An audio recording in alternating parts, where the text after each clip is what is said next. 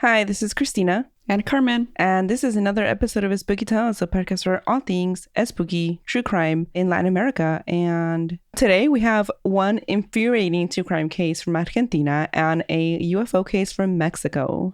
Yes. Also, if you're watching on video, Carmen and I were supposed to get these matching sweaters. Yeah, I thought you were going to wait until I got mine to wear yours. I told you I ran out of Christmas sweaters to wear. Oh, I don't remember you saying that at all. Maybe you didn't hear me. When did you tell me? Like I said it a few minutes ago. Oh. Oh, okay. Side note, before we get into the listener story and everything else, my brain is there's a war inside my brain right now. What? Yeah, there's like two songs that are just like fighting to see which one stays stuck in my head. The first one, Mi Burrito Sabanero, of course. Of course, because you're sure. Yeah, of course. And then the next one, just the part of Lefty on the Kendrick Lamar song where he says, "Oh, spooky, scary, hilarious." You just sent us to the Spooky Tales or to the Spooky chat. You sent us a video of that. Yeah, of just that again and again, just spooky, scary, hilarious. Yeah. So yeah, it's like 1 second Mi Burrito Sabanero and then spooky, scary, hilarious. I'm like, well, that's kind of us. Mi Burrito Sabanero and then spooky, scary, hilarious. So yeah. Yeah. Yeah. Wow. Yeah. How perfect. I want to make stickers and send those out that just say spooky, scary, hilarious. Ooh, that would be fun. Okay, well, I will do it now. You should, yeah. Yes. Okay. All right. Now that we've gotten that out of the way, the listener story. This one is short and it was sent to us via voicemail like 2 years ago and I forgot about it. Wow, 2 years ago. I forgot to check. Yeah, I forgot to check the you shouldn't website. Tell people has you forget. I'll cut this. No. Yeah, the website has a leave a voicemail thing, and a lot of times there's like people try to leave it, and it's just a few seconds, and then there's no sound. So I'm like, whatever. I never check them, but I found that among all those voicemails that are like empty voicemails, I found it. Sorry. Before all that. If you want to send a story to us, you can call the Spooky Hotline. The number's in the show notes. You can email spookytales@gmail.com. You can DM us on Instagram. It's the best way if you're going to DM. You can also send a voice note, like a recorded one, via email. Attach that. That's spookytales@gmail.com. Again, all that's in the show notes. There's a lot of ways to get to us. We love receiving them. So yeah, please send them in. Okay, Carmen, are you ready? I'm ready. All right, let's hit 1, 2, 3 and then hit play. Okay. Hi, Cristina and MJ. So this is my mom's UFO ovni story from Mexico. It was late 70s. She was driving back with my dad and my two siblings late at night. So they were driving by this little lake somewhere in Mexico, and she looked out the window and she saw a sphere hovering over the water, and then just saw it take off and just disappear in the sky at night. So she's told it to me a couple of times, and every time I ask her, it's always the same thing. So I'm gonna go with it's pretty legit. So that's my story. Enjoy. Take care. Bye bye. Okay, yeah, wow. Short and sweet, but effective. You know. Yeah, and on theme for today. Yes, I was excited when I found it because I was like, wow, that's perfect. But yeah, like just a classic little UFO sighting. There's so many of them where they're like, oh, something came out of the water and then it went back in, like. Also, all those like drone sightings all over the US. Yeah. If I had to put my conspiracy hat, like tinfoil hat on, I would say it's like the government just getting a lot of surveillance on everyone. Footage. Yeah. Because we live in a state surveillance, like right. You know, so that but you know, other people are like, oh, it's UFOs, and MJ is keeping us up to date on everything because she's like, well, they said this and this. And yeah. Like, oh. But she said that there's a lot of sightings of them coming out of the water. Really? And then that's where I'm like, oh, that's a little odd now. I don't know. Yeah. But that's what that story also reminded me of, all the weird drone sightings going on right now. Interesting times we're living in. Yeah. To say the least. To say the least. Unprecedented. Right. Oh my God, I can't say that word. Unprecedented. Yeah, but they're really precedented, honestly. Yeah. Should I get into it then? Yeah, let's hear the UFO story. Okay, so Rafael Pacheco Perez was an aspiring pilot, always a pilot, but that changed forever after the events of June 21st, 1976. He was a bright and dedicated student. His instructors had no doubt in his skills. He was known as one of the best students in his class, always on time and very responsible. It was his first practice solo flight. Before this, his only experience was flying with another pilot from Mexico City to Guanajuato. He took off from La Escuela de Aviación Mexico on an XB-ZOX plane.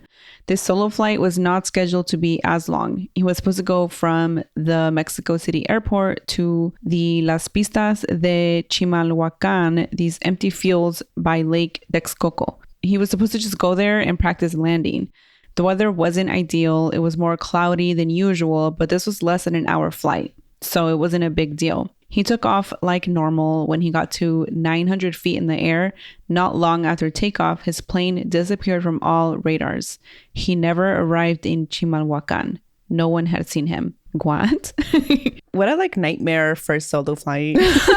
Yeah. If I was like his compañero en la escuela, I would have quit right then and there. Right. So everyone was confused, and that confusion grew when an hour later, Rafael Pacheco Perez finally resurfaced a whole 3 hours away in Acapulco. What? Wow. The issue was that this training plane wasn't made to travel that far. It had enough fuel for the trip to Chimalhuacán, not 3 hours away. The other issue, he was 3 hours away, but only 1 hour had gone by. Yeah. He traveled at the speed of light. Well, yeah, that's pretty, quick. No, but that's weird. Yeah. He also didn't have the experience to make it over the giant mountains on that flight path. And if that wasn't weird enough, things got even weirder.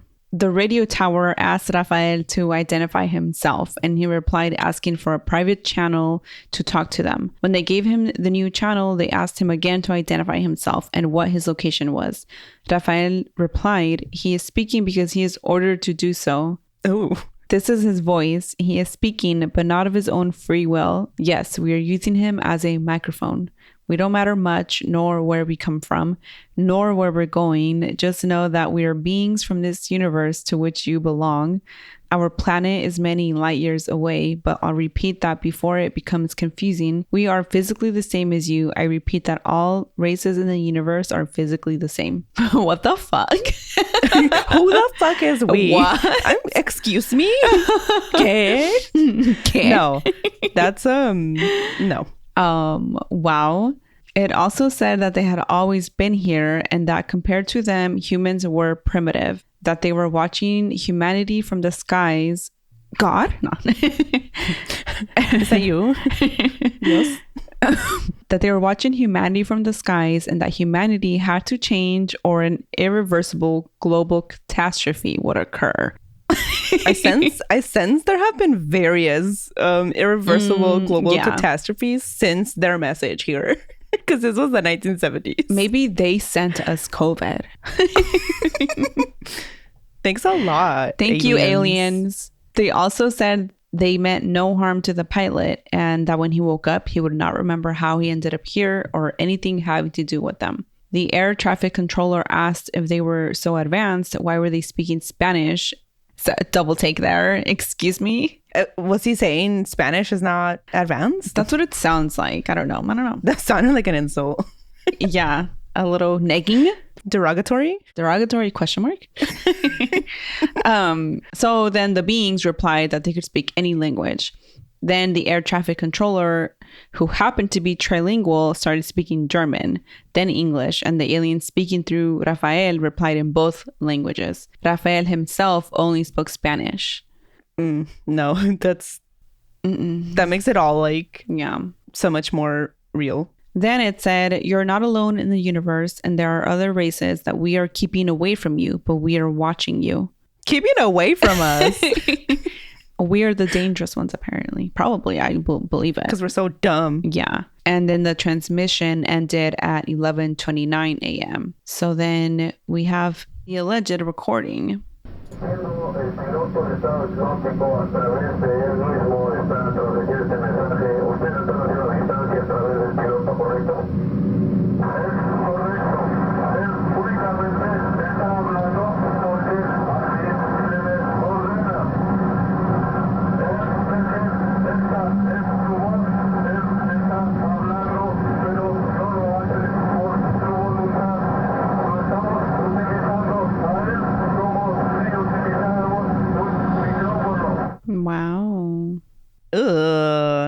Why does it sound like that? It's like robotic, like, well, they're lo aliens. estamos utilizando.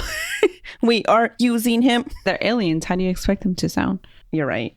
You'd think if they were just like us, so they were just like speaking in a human cadence. Yeah, so maybe they're not so advanced. I don't know. Because they sound like robots. Maybe because they can speak any language. It's being like translated in their heads and they sound like robots. Oh, something like that. Okay. I don't know. Yeah. You know? Wow. Another pilot who had been given the number of the same channel contacted Mexico City and asked if they were missing a pilot, because if they were, he was down here in Acapulco. Then the frequency changed and it was him again calling out, "Help, I'm Rafael Pacheco Perez, student 82 from the Aviation School of Mexico City. Whoever is out there, please reply." He said this a few more times, but his voice sounded very different. Air traffic control called back to him, asking him where he was. Freaked out, he said he didn't know. He was 7,000 feet in the air and he could only see water. Oh my God, how scary. That is so scary. And he's learning. This is his first solo flight. He's a student.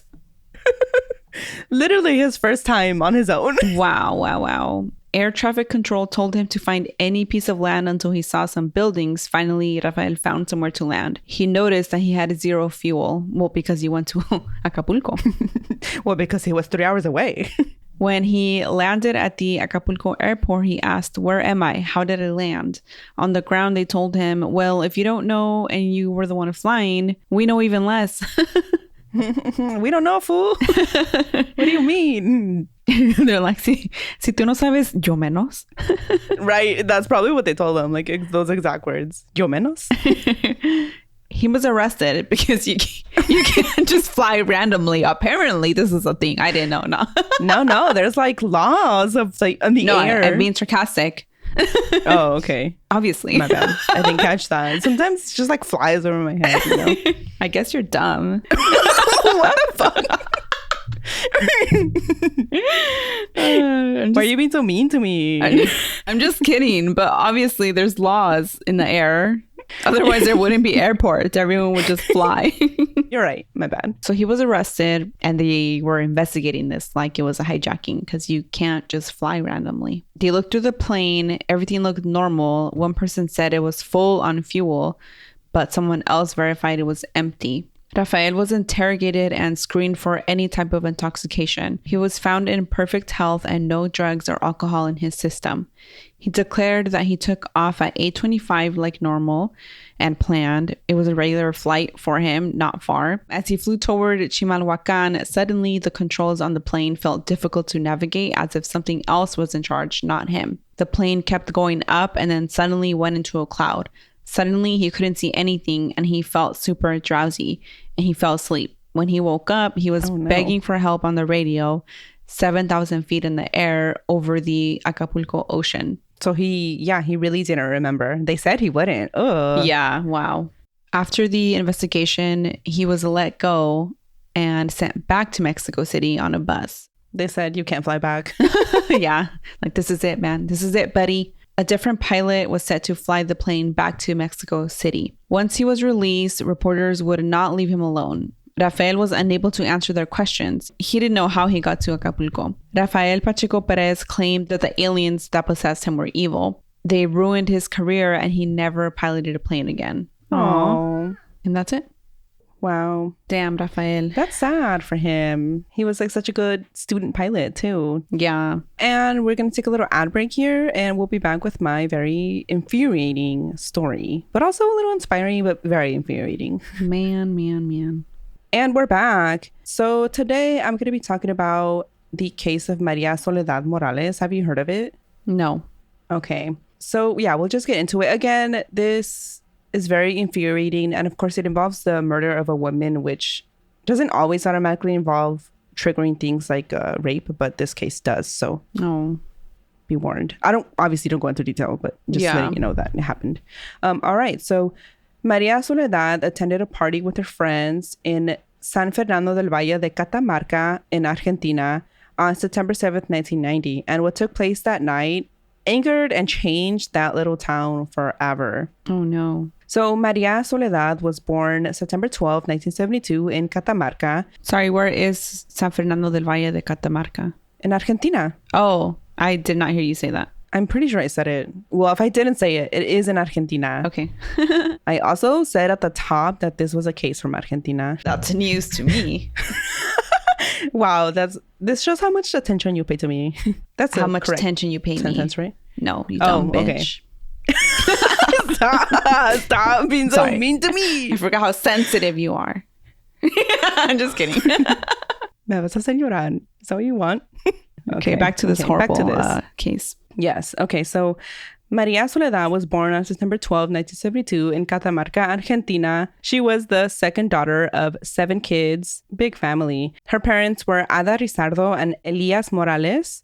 And even though it was a big family, they were okay. They were like lower class, so like doing okay, but like not rich, right? Her dad was a government worker and her mom was a stay-at-home or homemaker. And at the time she was 17, she was attending El Colegio del Carmen y San Jose, a Catholic school. Her parents describe her as very sweet, very respectful, but timid, very caring about others. She was a good student, but not exceptional. That's what her mom said. Keeping it real, yeah. But she always like tried hard. Even if she wasn't like, top 4.0 student, like she tried her best. She loved to write poems, songs, played her guitar, and everyone that knew her described her as a lovely girl. They lived in a modest house in the outskirts of Catamarca. And like I said, they weren't rich, but they had what they needed. At the time of when all this happened, her dad was on disability from the highway department is where he worked, the highway department of Catamarca. And she wanted to study architecture and she was doing well enough to like go to school, have plans for college. Like she knew what she wanted to do. She had plans, She was not the kind of girl to go out every weekend, but on September 7th, she asked her parents if she could go out to dance because her friends were going out. Her parents said it was okay. She had also asked permission to stay with her friend that night, so like not come home. And yeah, they said it was fine. Like she had already done this a few times, not a lot, because she didn't go out that much. So yeah, she said bye to her mom, got into the car with her dad, who dropped her off at the bus stop. And that was the last time they both saw her alive. When she didn't return that night, her parents were a little worried, but not panicked, because again, she had asked permission to not come home that night, and they knew she wasn't coming home. But then another day went by, and still nothing. She wasn't back. That's when they started to become concerned. That Saturday afternoon, her mom was washing the dishes, and as she was washing the dishes, she thought she heard Maria Soledad crying. But she wasn't home. Oh, so wow. She ran outside because she's like, maybe she's outside, but no one was there. Later, it would be confirmed that the same time that Maria Soledad's mom heard her crying or thought she heard her crying was the time of her time of death. Wow. Like she believes she heard her daughter's, and honestly, I believe it too. She heard her daughter's voice as she was dying. Oh my God. I mean, I believe it too because you hear about stuff like that all the time. Yeah, like remember that other case, Reina Marroquin, I think was the last name, and she was a Salvadorian immigrant who was killed in New York. Yeah, and her mom kept having dreams of her stuck somewhere without even knowing like what happened. Like things like this for sure happen.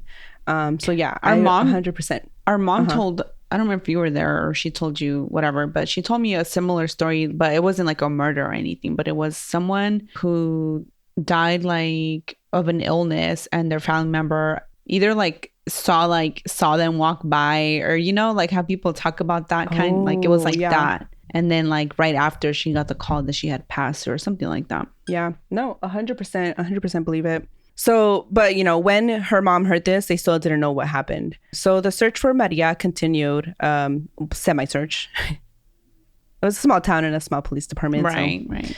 Yeah. Then on Monday, September 10th, she was found on a roadside ditch by some construction workers. So not the police, not just people that were on that road. She was pretty close to her house. 7 kilometers away is where this road was. Or like highway type thing. When they found her, she was dressed in only a black sweater. She was in terrible shape. This is where I would say trigger warning because this is bad. Her jaw was broken. One of her ears had been cut off. Her left eye socket was smashed in. Her chest was covered in cigarette burns. Oh my God. And there were signs of sexual assault, that she had been raped. Wow. And it left everyone wondering, like, who could do such a horrible thing? Yeah. We're in this little tiny town, like... Oh, yeah. And maybe everyone knew each other or of each other. Right. Wow. Exactly. And they had never seen anything like this. Like, no one, like, was new to them. They called her dad to the scene, and he was able to identify her by a small scar on her wrist, because she was not recognizable because, again, her eye had been smashed in. Oh my God. Then things kind of like take a little turn here. At the scene where they found her, it was like not secure at all. Like, one neighbor remembers that he was able to just walk up, and he's like, if I can just walk up, everyone could just walk up. Like, wow. Nobody secured the scene, you know, when you're supposed to like put the line that says do not cross. Nobody did that. They didn't collect any evidence from where they found her. And then the police chief had just like announced, or had just like ordered someone to just bag her up. Like, oh, just bag her up. Don't like collect anything. Don't take pictures. Don't do a proper investigation of this scene here. And then at the morgue, he ordered her to be like washed off, like with like hoses, like rinsed. Is this like the first like murder he ever encountered, or what? Don't they like have training for this, or shouldn't they? Well, but isn't it also like common sense though? Like oh, this of course. These are not natural injuries. Yeah. Something happened. Let me, I don't know, at least take pictures so it's documented. Like, right. I feel like that's common sense. Yeah. When, you know, word got out of who this was, or they knew she was missing, like, and it's a small town, people talk fast. So people said that there was a group of young men who were seen with her last seen with her. Among those young men was the son of the police chief. Wait, what? So, you know, word gets out fast that she was missing. People were already talking that the people who were last seen with her was a group of young men. Among those young men was the police chief's son. Wow. Oh, so my God. With that piece of information, now it's like, okay, he's hiding things on purpose. He's messing with the investigation because his son is involved, allegedly, right? Wow. So he ordered for her just to be picked up. He had her rinsed off with hoses. This created outrage already, like right away, because again, people knew that he had done this. They did do a investigation. So they did an autopsy. They did a drug screening. They found out that she had been injected with a lethal dose of cocaine. And so they had announced the cause of death was a heart attack caused by the cocaine that was injected into her. And yeah, like I said, you know, if you're thinking, why would he just like not investigate? That is such bullshit. Like, dude, I feel like being a parent like that is no excuse to try. Like, you shouldn't try to cover everything your kids do. They do something wrong, you need to hold them accountable. Like, that is it's shitty all around, like, to your kid. No wonder he's such a horrible person to be able to do something like that. And right, it just causes, because he's been getting away with things like this, obviously. Yeah. Wow. Yeah. Disgusting. Very.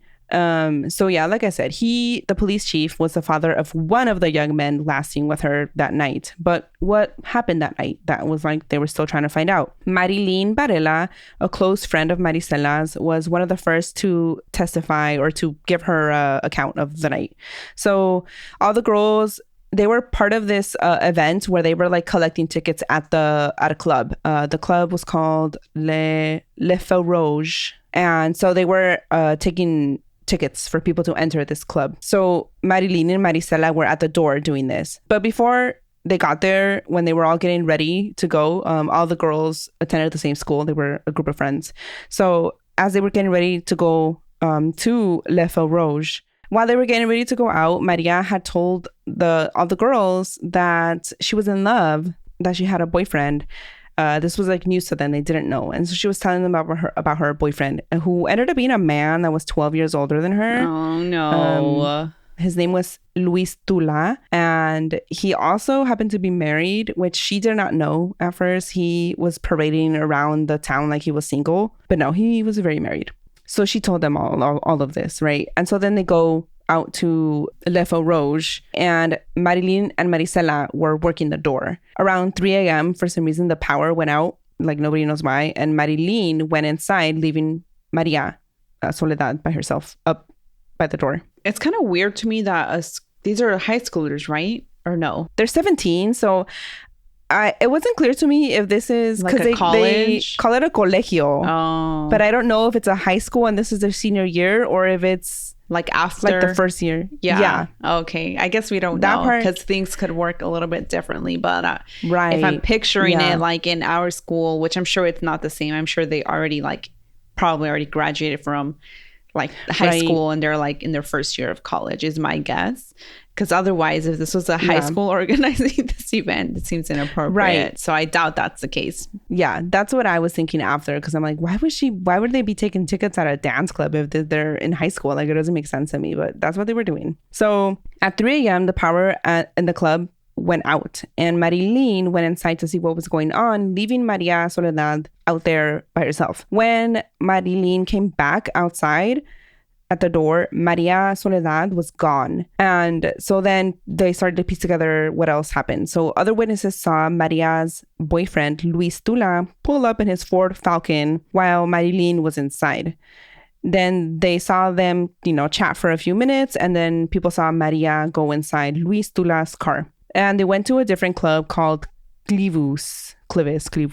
At this club, people saw Luis Tula introduce Maria Soledad to a group like his friends, including Guillermo Luque, son of a national congressman, Pablo y Diego Jalil, one of the nephews of the superintendent in Catamarca, Jose Falil, another one of the family members of that family, Arnoldito Sadi, cousin of the governor of Catamarca and member of the very powerful Sadi family in Argentina and Catamarca. And then Miguel Angel Ferreira, son of the police chief. Okay, I was wondering who the son was. I'm like, is it? But I'm like, no, you've already said if it was Luis. Right. No, Miguel Angel Ferreira, is the son of the police chief. But all these other people, including Luis Tula, the boyfriend, are all sons of powerful people. I have so many questions right now, but I feel like you're going to answer them, so I will save them. Or should I ask them, I don't, and then you don't answer them, you just keep going? Okay, so first, before my questions, let me bring back, I don't know if Luis is going to end up doing something bad or not, but he's dating a 17-year-old, and he's 12 years older than her. So even if he doesn't do anything violent to her, trash. Also, this brings back my theory that there are no good Luises out there. I forgot about every Luis, even if overall he's like decent, there's something wrong with every Luis I know. I have never met a good Luis. I'm sorry. I never that met includes a good Luis. My father. Yeah.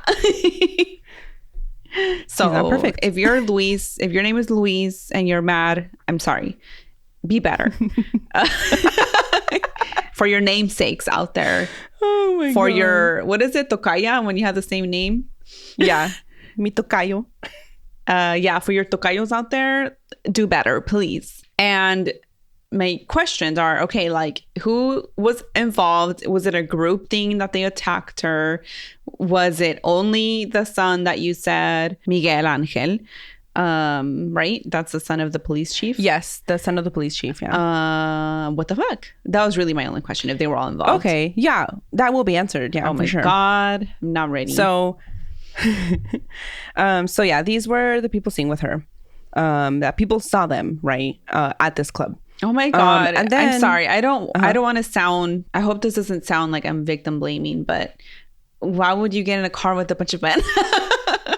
Like, that's so scary. Well, if she went to the club with her boyfriend, that first club of her own will, but he was the only one in the car. When they went to the other club. But then after that, you'll see why. You'll see why. I'm just like, so is there anything scarier out there than a car full of men?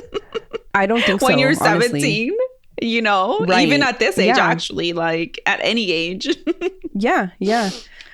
So she was last seen getting in the car with these men, and rumors started spreading around town, and everybody knew they had powerful connections. They started calling them hijos del poder, sons of power. I thought you were going to say hijos de puta. Hijos de su puta And I was madre, like, yes. So 3 different people testified, and I keep saying testified, but these are like statements to the police, not court. Oh, okay. I just didn't know what other word to use. They told police? Yeah, but that's like longer. So 3 different people told police. Yeah. 3 different people told police that they saw Maria Soledad walking to the car with these men. A separate woman also told the police that she was the one who had introduced Maria and Luis Tula, confirming the relationship did exist. Because, they were going to try and lie about it. Like, oh, she's lying. Yeah. She wanted to be my girlfriend, but I didn't allow it because I'm married. Oh my God, no. I forgot he was married. Yes, yeah, he is. So this was a separate woman confirming the relationship. Because, she told the friends about it, but the friends can't confirm it because they hadn't met him or anything, right? Right. But this woman can. So, she told the police that. And then Marilene's boyfriend, back from Club Le Farouge, he saw them leaving in the car together. And was he of an appropriate age?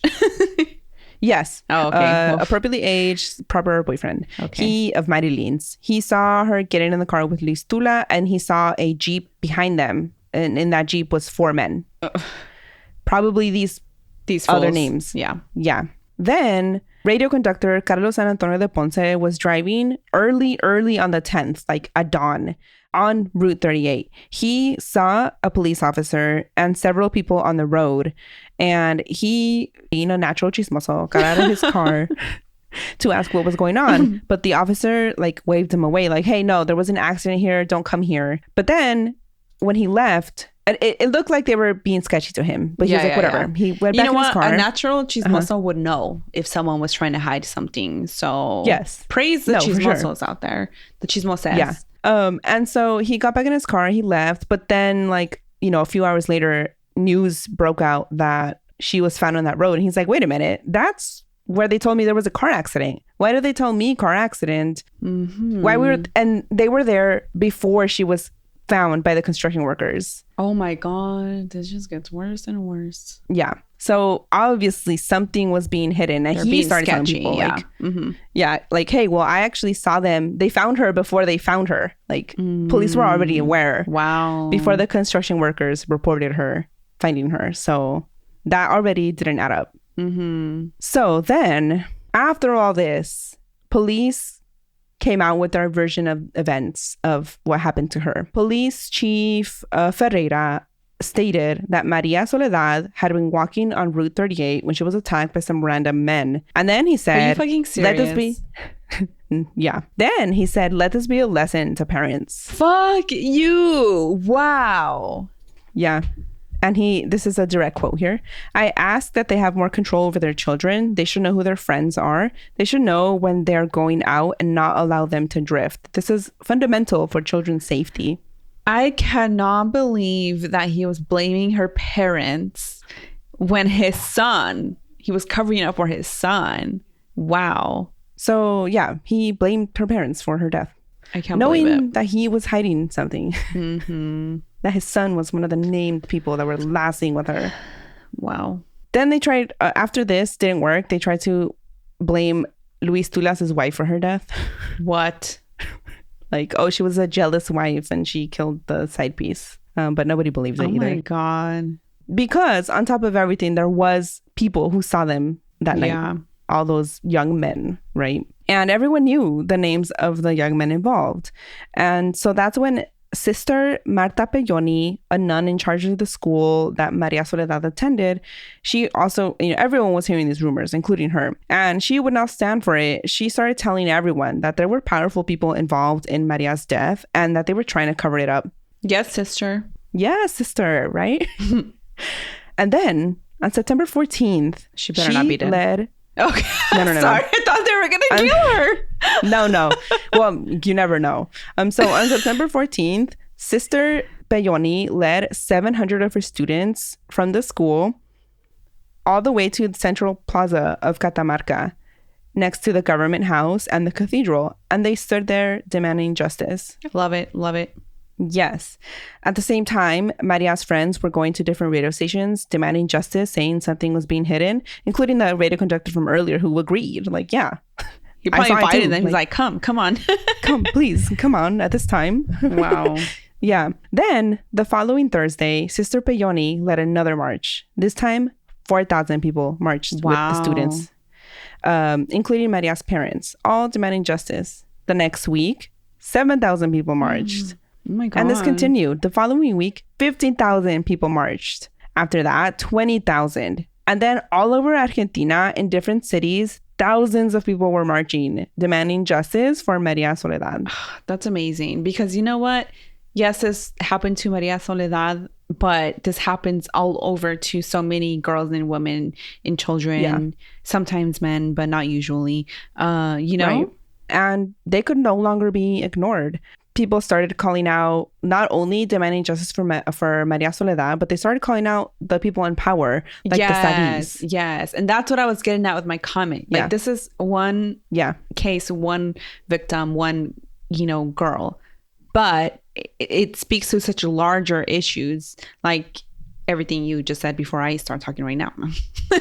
No, but you're right. You're right. Yeah. And so they started calling out the Sadis for nepotism and corruption, because they were this big political family that like kept it among themselves. Mm-hmm. I'm picturing it. Yeah. Yeah. They called for the police chief to resign. They said the whole system was corrupt. Everybody's got to go, on top of demanding justice for Maria Soledad. Sister Peyoni told reporters that she felt that Maria Soledad Morales saved Catamarca from corruption. Wow. Like, she saved democracy for the town. Wow. Because this is when people were also calling out everything else. Yeah. By the end of October, the Governor Sadi, was tired of the marches, and he called for a march of truth, a march in support of the government. Stop. Yeah.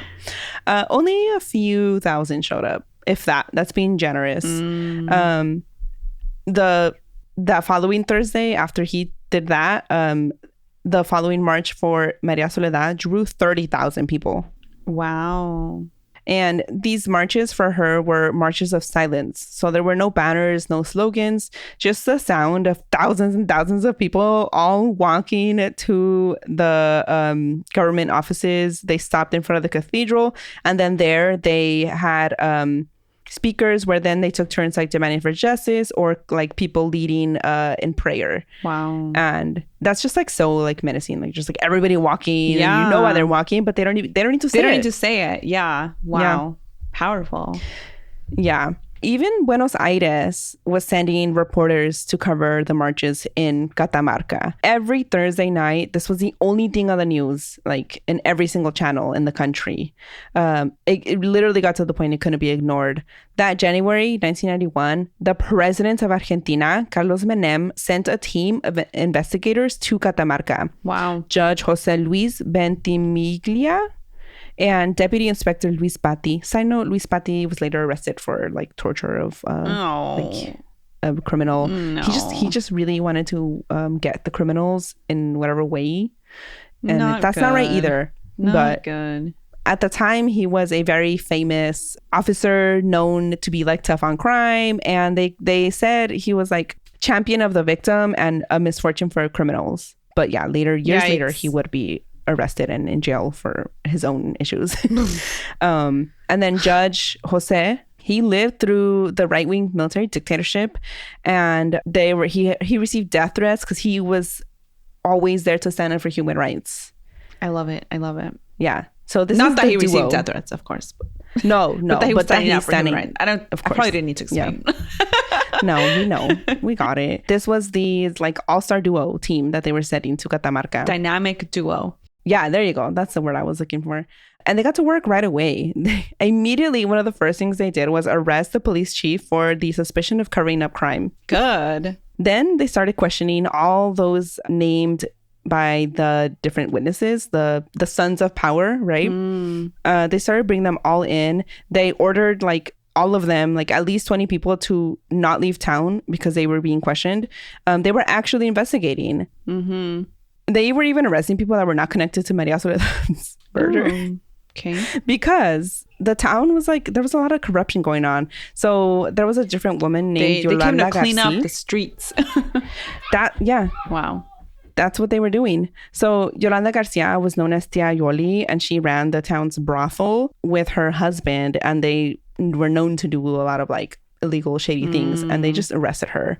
The charge was like she was being held for questioning. That's it. And this was just to show people like there were no more untouchables in Catamarca. Wow. And as they brought people in for questioning, they were able to piece together what happened that night. So on the night of the 7th, Maria Soledad was part of that dance with her school that were at Le Feu Rouge. But unlike what she told her parents, her plan was not to spend the night with her friend, but to spend the night with Luis Tula, her boyfriend. Which teens do. Teens do this. Yeah. Oh, and no, of course. It does not mean they should be killed. No, of course. And so she left before this event was over because around 3 to 3:30 a.m., Luis Tula arrived to pick her up. When she was picked up, there was a Jeep behind him in his car. So that Jeep was full of all the other names we've already said. Then the two cars went to Club Clivus, where then she was officially introduced to the people in the Jeep, those names that I've already said. And they're like, I got to scroll up, so I'm not going to do it. So then they were seen leaving the club altogether. And as she was walking out, a bartender said that the men were groping her as she was walking out. Ugh. And she looked so out of it and dizzy. Oh my God. So at this point, they pieced together she had already been drugged with something. So she didn't leave of her own will with all these men. She was completely out of it. Wow. Then they took her to Los Alamos, an empty set of buildings, not that far.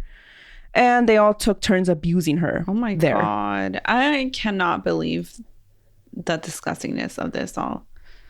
Yeah. Despite this testimony, only 2 men were charged. Why? Guillermo Luque was charged with premeditated murder, and Luis Tula was charged with participating. I guess maybe there wasn't enough probably yeah but evidence for all the rest of the men, including the son of the police chief. So only Luis Tula, the boyfriend, and then Guillermo Luque, the son of a congressman, I think is what he was. They were charged. So Guillermo Luque was charged with premeditated murder, and then Luis Tula was charged with participating, but he wasn't the one who committed the murder, just participated. The trial, it took some time for it to like get going, but in 1996 is when the first trial took place, because yes, there was more than one. During this first trial, all the witnesses, the people who gave their statements to the police that had previously stated they saw Maria with these men, they all took back their statements. What? Yeah. And then one former classmate of theirs tried to like accuse them of something. I don't even remember. Like it was something so non-trivial, but she was trying to say they were like guilty of something. And then Sister Payoni was like, how dare you? She was trying to say like, who was guilty of something. Sorry, Maria's friends. Oh, wow. And Sister Payoni. Oh, wow. What the hell? Yeah.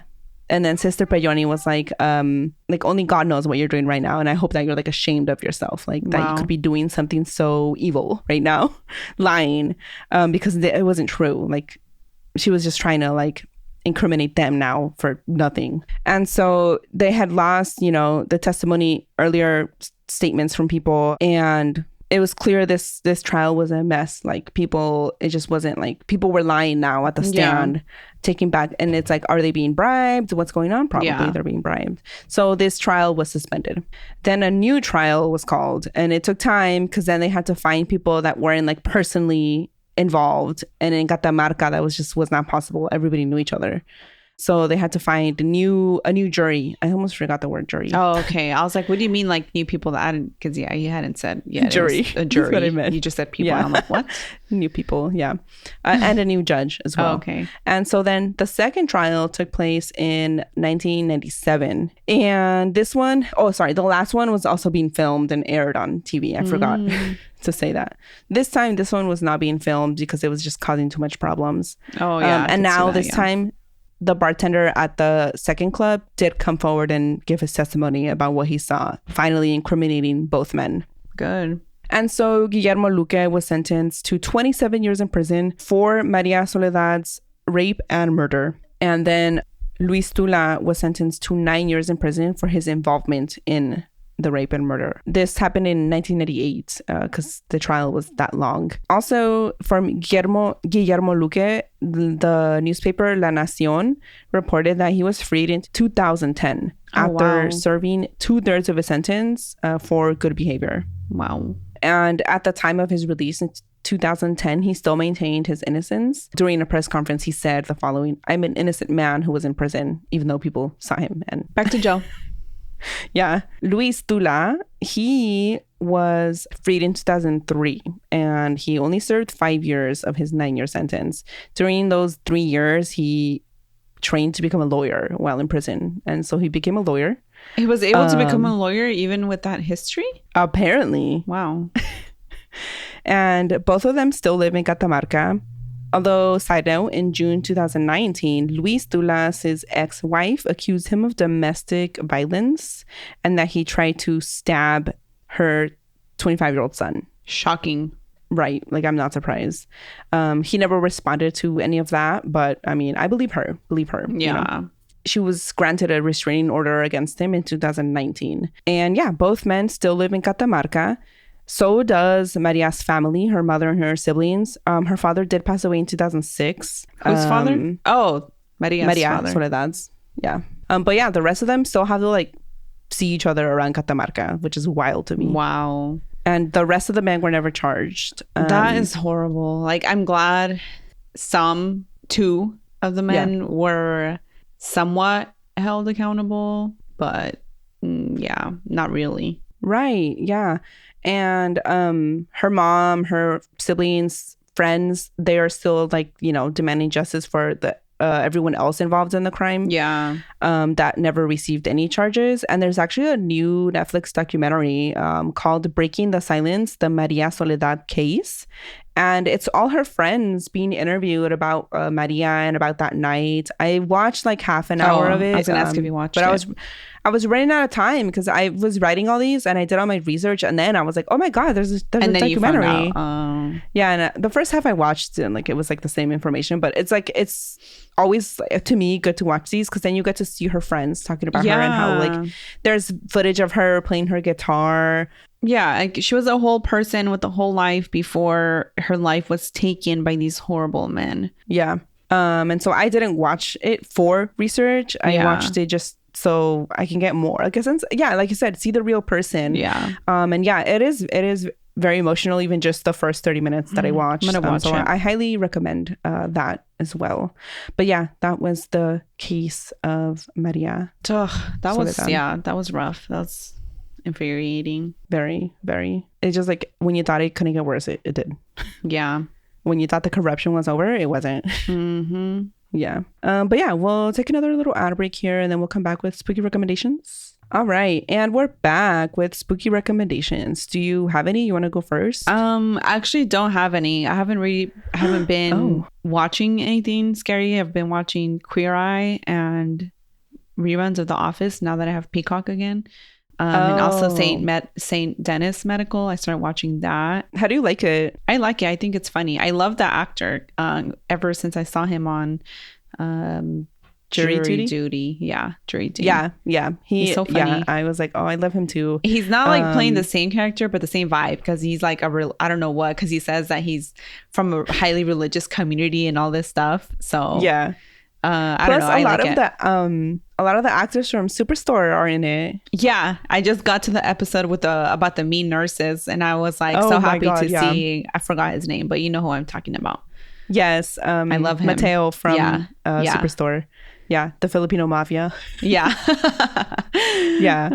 No, I've been liking the show. I've been watching every new episode as it comes out. Besides that, I listened to another audiobook about Christmas, or Christmassy one, like a Christmas rom-com one, and then I just finished a Christmas rom-com type book too. So that's where my mind's been at.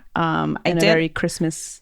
Yeah, and then I started listening to an audiobook. I feel like it's related to like what we talk about here because we talk about like these crime stories where people live and experience like difficult lives and their abuse and things like that. So I'm not done yet, but I started listening to it's a memoir, but I'm really It's weird to say I'm enjoying it because, you know, they're talking about hard things, but I am enjoying it. I don't know how else to describe it. I thought you were going to say something else. Yeah. I don't know how to say.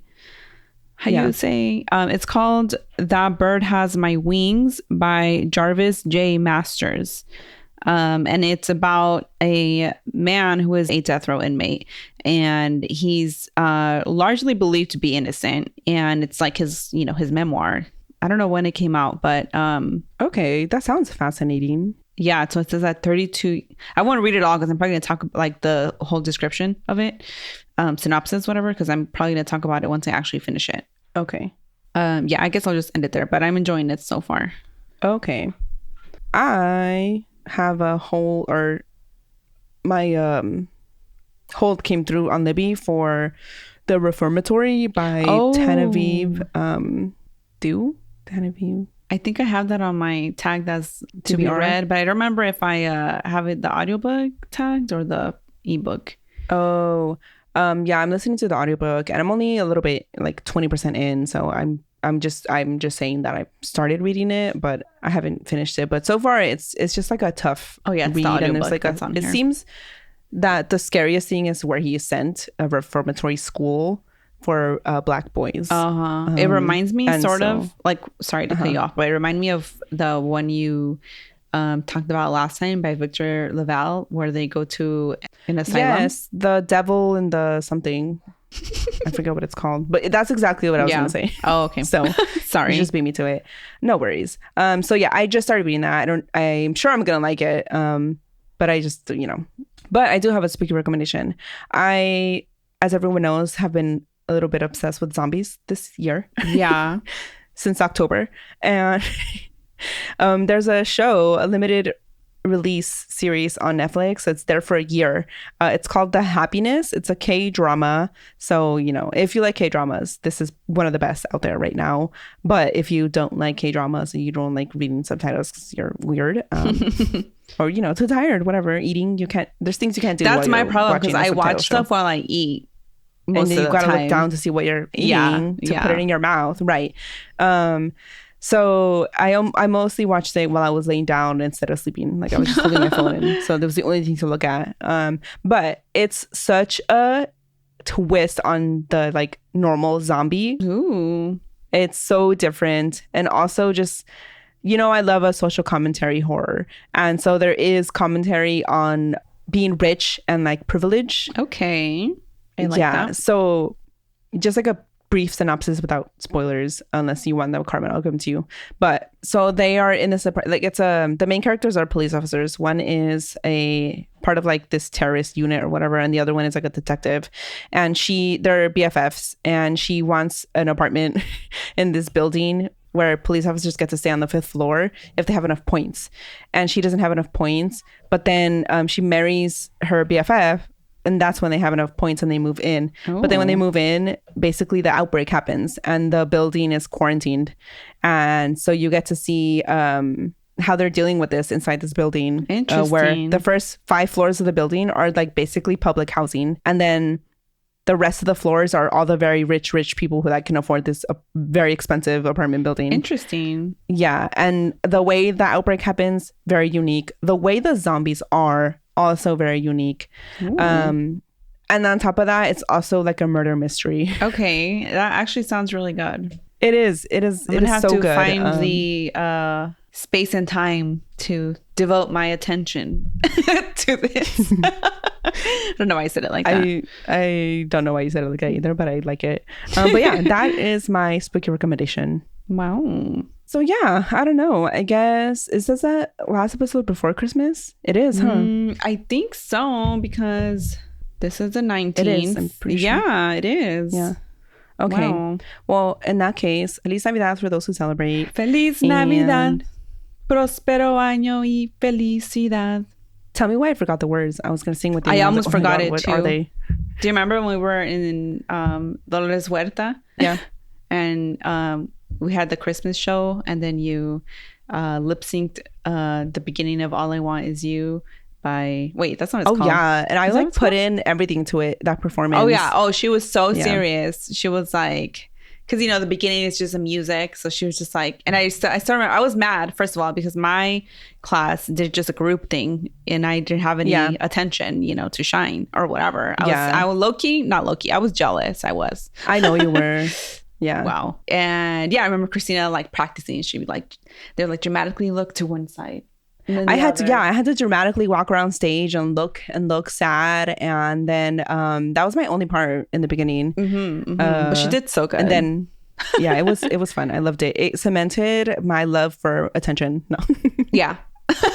No, but it did. And then our little cousin that also went to school, I remember his class sang the Feliz Navidad song, and that's what started this whole I forgot about that. Yeah, that's how that happened. Yeah. Okay. Yeah, I was wondering how you got there. Also though, speaking of attention, I went to go get my nails done, right? And the nail girls were playing Jersey Shore like from the beginning, and I remember watching Jersey Shore, but I don't remember like I don't remember any of it. And in the first couple episodes, Snooki wants to leave because she's like, I'm not used to being treated like this. I'm used to being the attention everywhere I go. And I need to leave here because I don't know how to deal with this. That would be us. Oh, it was funny. That is funny. Yeah. And my nail girl would like tell me like, oh, put your nails like, you know, in the little thing. And then I'm like distracted watching the show because wow, it really caught my attention. But I did, because I like to take my Kindle to finish like books too. But I did manage to finish the book that I was reading, the Christmas one. Okay. And while watching also the show. So it was good for my brain. Yeah. Yeah. A lot of stimulation there in the brain. Yeah. Just a perfect amount. But I was just dying. At Snooks. And then it was just funny because we're like, wow, we forgot how much of a bitch this person was. And it was just funny. Yeah.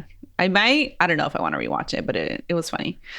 Sometimes I do when I come across TikTok clips. Yeah. Especially, what's it called? Ron and, God, was it Sammy? Sammy, yeah. Sammy Sweetheart. Yeah. Oh, and her voice, grating. Wow. Yeah. I actually haven't got anything Jersey Shore on my TikTok. I did for a while and then it went away. Maybe it'll come back now that I'm talking about it. Or not come back, but like, you know, appear. Now that you said it, you said the words. Yeah. Speaking of TikTok, before we go, I also saw this, we're mutuals on TikTok. I forgot her name though. Jay Witchy, I think is her name. She's a teacher, but she posts a lot of different kind of stuff. But she posted her latest video that was like, I didn't realize that being from California, you have an accent until someone tells you. Like, I think it's a defining experience for all Californians where you're not in California anymore. And then someone tells you, oh, I love your accent. And then you're like, what accent? But you do have an accent. Like, it's the California accent. I just feel like it's different, though, because, you know, different ethnicities have different accents, you know? Yeah. So I always hear the LA accent. Yeah, I was gonna say that's right. LA Latina accent. Yeah, because it is different. I just feel like I have a Latina accent, you know. Well, no, that's what it is. It's a California like Latina accent. It's like very specific to because even I thought they meant like different Californians. Like I don't know, like a white Californian also has an accent, right? Oh yeah, no, we're speaking to like the Hispanic. You're talking about my bad. I didn't know. Even in her video, she was also Latina, and so she was like, it's the same thing. Oh, okay. But like everyone can tell immediately. Like no matter if someone hears you speak, like you get clocked. Like you're from California, aren't you? And I'm like, yeah. Like even people listening to the podcast, and we haven't said where we're from. Really? Like, are you guys from California? And I'm like, yeah. No way. 100%. If I had a nickel for every message, I would have like 20 nickels. Like I feel maybe I don't leave California enough. That's why I never get told you're from California. And when you do, you're just around me. So yeah. But yeah, even in the army, it was like immediately people were like, "You're from California, huh?" And I'm like, "Yeah." You know what? Actually, yeah, you're right, because I remember, and when you said "huh," it was like, yeah, like the no, but yeah. Yeah. Yeah. And when you would say "huh" after every sentence, like to see like if someone agrees with you. Yes. Yeah. And also like immediately the way you say LA, like we all say it with an E in front. I don't know how else you would say it though. What do you mean? But like that's what one of the comments said. Oh, interesting. And I'm like, what do you mean? I don't know how other people say it, but like it's very like you can tell who's Mexican when you say like, oh, I went to LA. Like yeah, I see what you're saying. Got me there. Now that you have gotten me, like. Yeah. But that was like a fun video to just come across, because I was like, no, it is for sure 100% a thing. And I remember even at work, like here, not in Portland, when I was working there, people would be like, I love your accent. And I'm like, what accent? And then I'm like, oh, wait, no. It is there. It is. You know what? The reason I don't hear it is because I'm still hearing California and everyone sounds like this. Everyone sounds like that. Yeah. You're right. Yep. You're right. So yeah, that was just a very fun little thing I came across. So yeah. All right. I guess we can end the episode here. We've yapped We're enough. just yapping now. Now we're just yapping. My bad. The episode is over. Yes. For those who celebrate, Feliz Navidad y Prospero Año. And everyone else, happy holidays. Also, Prospero Año for you too. No, we're going to have another episode before the year we are. I'm like, Happy New Year. The year's not over yet. No, it's not. All right. And other than that, I don't know. Stay spooky and watch out if you're going to go on your first solo flight as a student pilot, because like you don't want to get abducted by aliens and then lose your pilot license. Yeah, well, he didn't even lose it, he just didn't want to fly again. Right. Yeah, and then be traumatized to never flying again. Yeah. Yes. All right, bye.